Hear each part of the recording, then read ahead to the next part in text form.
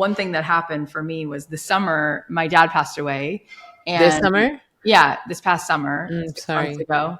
And we had this like beautiful week in hospice. And it's really fascinating when you are literally stripped to sitting beside someone's bed. You don't leave the room to go to sleep. You sleep there in the chair. You don't get up to brush your teeth. You're just there.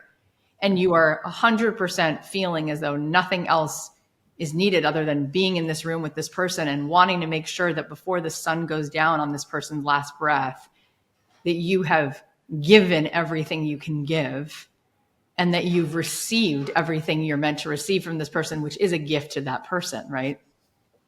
And so I just kept saying to my dad, I know now, like, I know how much you love me. And he kept saying, are you sure? Are you sure? You got it? You got it? I go, Dad, I want you to know that I got it. Like, I promise. I promise. I promise. And I said, and I love you forever, like forever. And he was like, okay. And he was like, this is all that I ever wanted. And like on his wall, there were all the diplomas from like Johns Hopkins and Columbia and he was like, that's not my doctorate. Like, that's not my accomplishment. Like, you're my greatest accomplishment. Like, I wish I could go back and like take all the times that I was busy trying to achieve and selfishly give to you, because that's what feels the best to me, is the moments I can remember making you raisin toast before we caught the bus in the morning and all of those moments, because that's what I'm taking with me. Like, that was me being the happiest me, because I was providing something to someone that I love doing that. I love giving, right? Why does a mother love her child? Why does a mother love a baby more than the baby loves the mother in that moment? It's like, because you invest in it, you give to it that which you, if someone tells you to take care of their cat while they're away or take care of their plants, you will love those plants because of what you get to give. And so we are put here thinking, our mind sends us on a wild goose chase, sending us the signal like, you're always in lack, you need more, you need more. It's like, no, you're actually full, you're abundant, you are literally at max fullness all the time. Your heart has an endless capacity to give.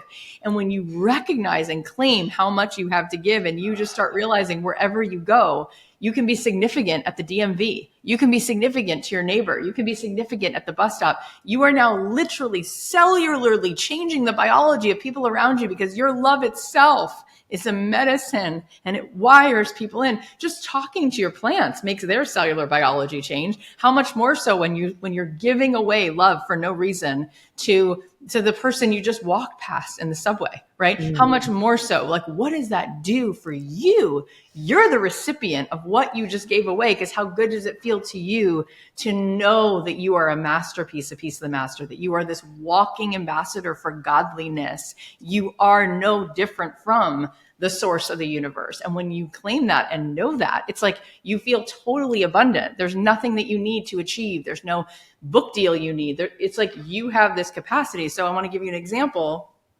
My dad passed away. We go through the Shiva process. It was so beautiful. And about 2 weeks after the Shiva and after my dad's hospice time, my kids were like, okay, can we go out? Can we go do something? Like, we've been in this like death mode for like 5-6 weeks. I said, yeah. So we decide we're going to go take them to see Despicable Me, Despicable Me 45, whatever number. I'm pretty sure it's 45. Yep. I'm pretty sure. Yep. 45. And so we decide we're going to go get sushi before the movie. So we go to the sushi place and we're sitting there, and I'm finding re-entry into the world like kind of weird. Like, I notice how loud the world is, or how unconscious people are when you're sitting in a hospice room or you're sitting in a Shiva house. There's a lot of presence. People come into a Shiva house. You know, Shiva is most people know it, but like you've seen it in a movie, it's the 7 days where in a Jewish household, you literally, Shiva means to sit. You sit on the floor and people come to visit, and you have space to just be in the sorrow, and there's nothing you're required to do. You just sit for 7 days with letting yourself feel the feeling of this loss. That's it. So good. Like, not to put a label on it, but just thank God that tradition is being preserved. Thank God that people are still doing it. And I wish that we could all give ourselves the gift of, like, your dog dies, you move, you have a death, oh my gosh, a breakup. Like, we should be sitting Shiva for every death. Right. It's really interesting because the same shoresh, the same root, shoresh means root, the word Shiva is the same letters, the shin, the vav, it's the same letters as the word Shabbat. This word to sit is actually the same word for meditation in Hebrew. And the very first time that's used in the Torah and the Bible is when Abraham is sitting, and it says, and Abraham meditated, which is the same word for Shiva, the same word for Shabbat. And it says, when you sit in that meditation, the next thing that happened is God appears to him. And it's the idea that when we all, you know this better than most people I know, when you move into the connection to what is really, truly the I am within you, of course, God will appear to all of us. And so I was having this moment of like being back in the world, and like everybody's moving out of that presence a little bit into sort of like, you know, that distracted kind of like different sort of radio station that we get to. And we're sitting in the sushi restaurant, and I'm feeling a little out of sorts because it's my first time out. And I realized that what will make me feel better is to just give to somebody for no reason. It's like, if I'm reminded like, oh yeah, as you said, how does the thread of abundance go from what we would love back to other people and on behalf of other people? So this is my example. I'm like, you know what? I'm feeling out of sorts. So my modus operandi, my tool is like, remember the love inside of you and give it to someone for no reason, because that's going to make you feel abundant. It's going to just move you back into synchronicity. So I turned to the couple sitting next to us and I said, are you guys on your first date? And she says to me, yeah, we actually are. And I said, oh, I was like kind of like overhearing you. I'm like, can I buy you dessert? Can you pick a dessert? So she's like, oh my God, that's so sweet. So she chooses this like fried ice cream because we're at the sushi place. And she goes, can you give me your social media? I would love to like stay in touch. And, you know, I was like, sure. So we exchange social media. I leave. I'm in the movie. As we're leaving the movie, I check my phone and she DM'd me and she said, that was the sweetest thing that you gave us, that dessert. And it really meant a lot to me. And it was delicious. And I said, great. Well, are you going to go on a second date? And she said, you know, I don't know, but I do want you to know something. She said, I'm a widow, and this is my first date in 5 years since my husband died. And I said, you have no idea how significant that feels, because this is my first night out since my dad passed on July 3rd. And she said, well, you don't know how significant that is, because my husband, Jason, passed away on July 3rd, 5 years ago.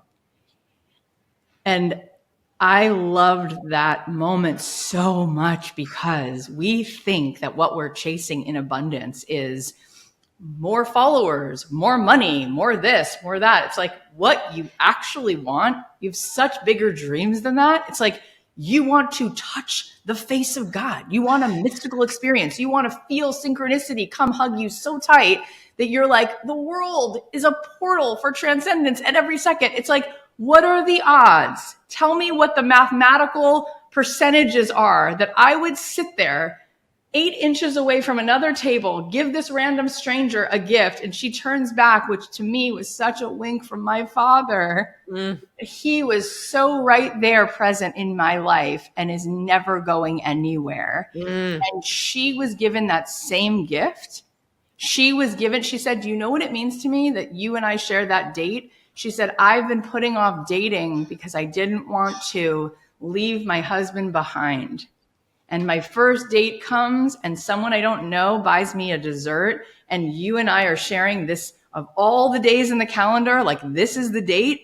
She's like, you have no idea the gift that you just gave me. So our job is to recognize that when we are tapped into what we're really looking for outside of us, which is energy, right? Why do you want the car? You think it's going to make you feel like a badass.